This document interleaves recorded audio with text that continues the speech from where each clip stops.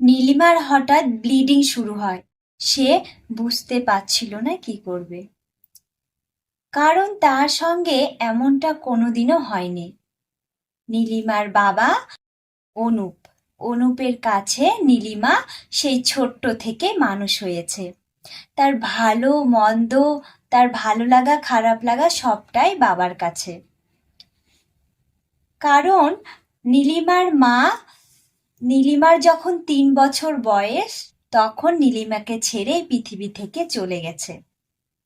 নীলিমা স্কুলে পড়ে, স্কুলে 2-1বার পিরিয়ড কথাটা শুনেছে, কিন্তু এটা কি কেন হয়, শুধু মেয়েদেরই হয়, হলে কি করতে হয়, এ বিষয়ে নীলিমার জ্ঞান ছিল না।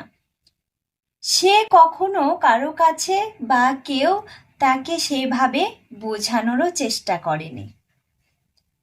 কিন্তু এমন অবস্থায় কি করবে সে কিছুই বুঝতে পারছিল না।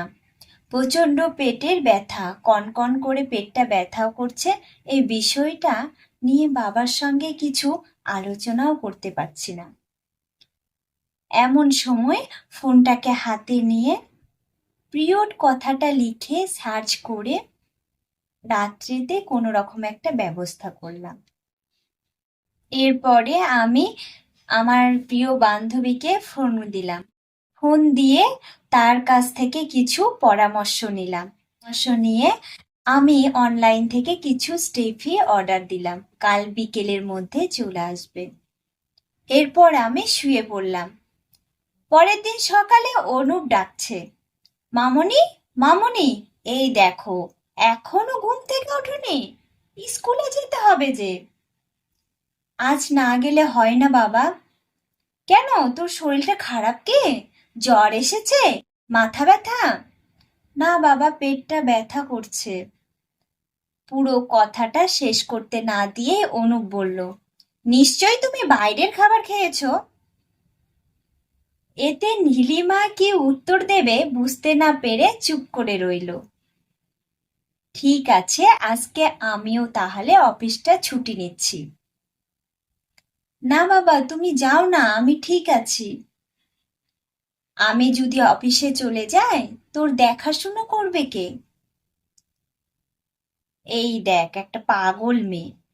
আয় সকালের খাবারটা সেরে নি। বলে সকাল থেকে দুপুর গড়িয়ে বিকেল হলো। বিকেলবেলা মামনিকে নিয়ে একটু বাইরে ঘুরতে যাব বলে মামনির ঘরে মামনি মামনি বলে ডেকে ঢুকতেই আমি অবাক হয়ে গেলাম। মামনি ঘরে নেই, ফোনটাও তার ঘরে রয়েছে বিছানায়। ফোনটা হাতে নিতেই কলিং বেলটা বেজে উঠল। আমি গিয়ে গেটটা খুলে দেখি একটা পার্সেল এসেছে। পার্সেলটা নিশ্চয়ই মামনি কোনো কিছু অর্ডার দিয়েছে। পার্সেলটা হাতে নিয়ে ভিতরে এসে খুলে দেখে আমি ভাবলাম আমার মামনিটা বড় হয়ে গেছে। এই দেখে আমি হট ব্যাগটা তাড়াতাড়ি করে গরম করে নিয়ে পায়ে পায়ে পায়ে ছাদে গিয়ে চলে গেলাম।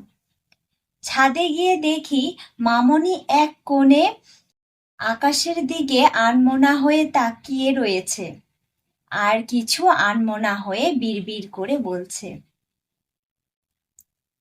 কিরে তুই এখানে, আমাকে বলবি তো? না বাবা, আমি সম্পূর্ণ কথাটা শেষ করতে না দিয়েই বললাম, এমন সময় এইরকম দুদিন একটু পেট ব্যথা করে, এই নে হট ব্যাগটা পেটে একটু দে, পেট ব্যথাতে আরাম পাবে। এত ঘাবড়ানোর কোনো ব্যাপার নেই। বাবা তুমি কি করে বুঝলে?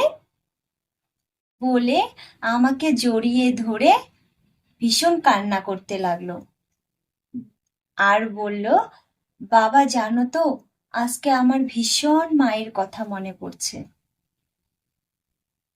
সেদিন আমি খুব ভালো করে বুঝতে পারলাম যে আমি যতই বাবা হই, বাবা থেকে মা হয়ে ওঠাটা বড্ড কঠিন। কলমে ও কণ্ঠে অপর্ণা মজুমদার।